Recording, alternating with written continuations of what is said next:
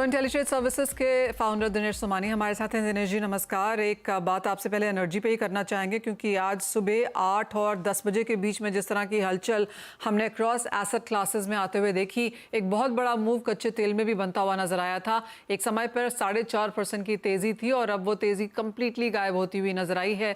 कैसे ट्रेड करने चाहिए आज की तरह के दिन, और अब यहाँ से अगर अगले हफ्ते के लिए कोई स्ट्रैटेजी बनानी हो तो क्या है? जी मनीषा जी, इतनी अनसर्टेनिटी में, इतनी जियोपॉलिटिकल टेंशन में और सारी चीजों को देखते हुए जिस हिसाब से क्रूड ट्रेड कर रहा है, इसमें बिल्कुल भी प्रीमियम ऐड नहीं हो रहा है जो भी टेंशन से चलता है।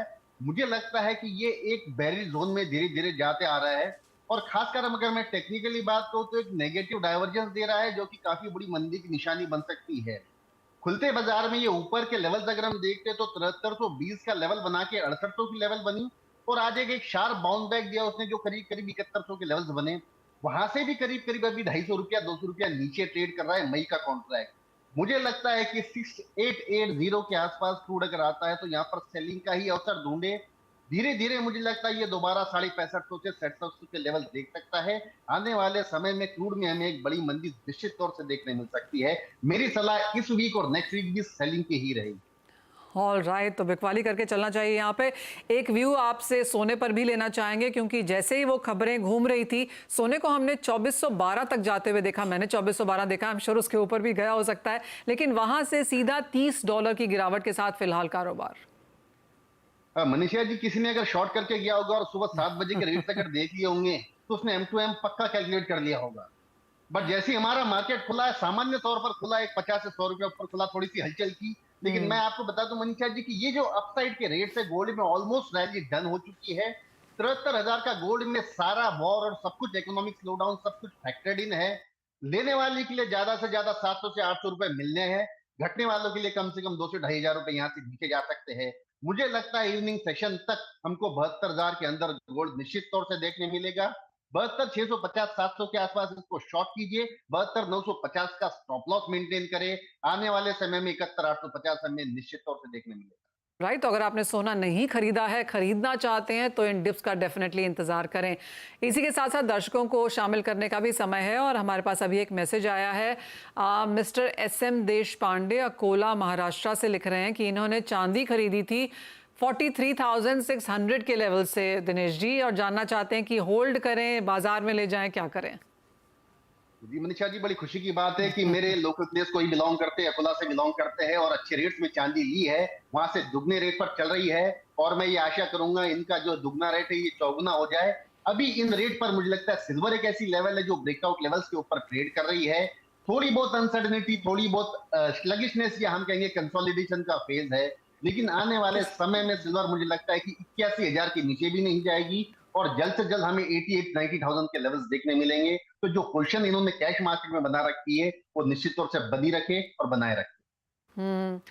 चांदी आपको लॉन्गर टर्म के लिए यहाँ पर कैसी लगती है? क्योंकि हम यहाँ पर $24 तक जाते ही जा सकती है वो भी सुनते हैं, और ऊपर में 32 तक जाती है वो भी सुनते हैं, और चांदी ऑफ कोर्स अपने वो 27 से 29 के बीच में फिलहाल कायम। Manisha ji, multi year high जब भी कभी क्रॉस होता है तो कम से कम उसमें 20 से 25% का इजाफा होता है और 78,500 ये ऐसा लेवल था, कम से कम इसने 6 से 7 बार टेस्ट किया था।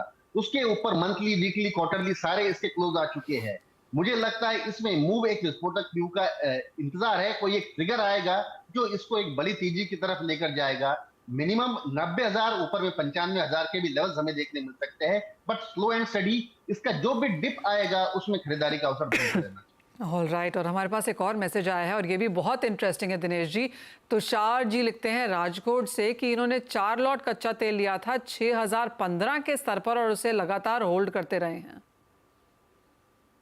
काफी अच्छे मुनाफे में थी इनकी पोजीशन। ऊपर में 7300 भी गई थी, 7100 भी आज आई थी। मुझे लगता है कि पोजीशन को एग्जिट करना चाहिए क्योंकि अब इसमें लॉन्ग टर्म ऐसी कोई तेजी नजर नहीं आती है।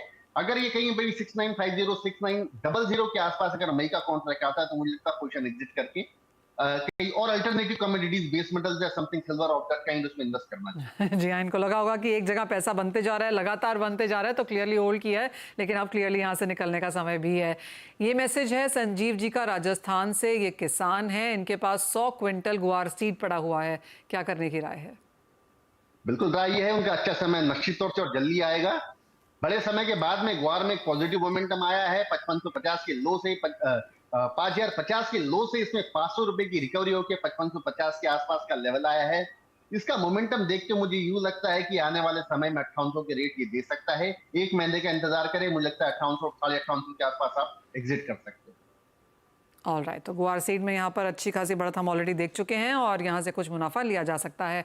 बहुत शुक्रिया दिनेश जी साथ देने के लिए। और जाते जाते आपको बता दें कि कमोडिटी बाजार की तरफ लोगों का ज़बरदस्त इंटरेस्ट है और लोग बाजार में निवेश तो करना चाहते हैं लेकिन सही तरीका नहीं जानते। ऐसे में आपकी मदद करने के लिए CNBC आवाज़ लेकर आया है अब तक की सबसे अनोखी पहल। देश विदेश के कमोडिटी बाजार के दिग्गजों से सीखिए कमोडिटी बाजार के गुर, सीखिए कैसे करते हैं बाजार में कमाई, जानिए FNO और पोर्टफोलियो हेजिंग के फंडे, कैसे पहचाने बाजार के ट्रेंड्स, क्या है नए बाजार के डायनामिक्स और एडवांस टेक्निकल इंडिकेटर्स, कैसे पढ़ें और समझें चार्ट्स के पैटर्न। इसके अलावा भी बहुत कुछ होगा लाइव सेशन में। साथ ही कमोडिटी से जुड़े आपके हर सवाल के जवाब भी आपको मिलेंगे। तो इस एक्सक्लूसिव वेबिनार का हिस्सा बनने के लिए अभी लॉग इन करिए।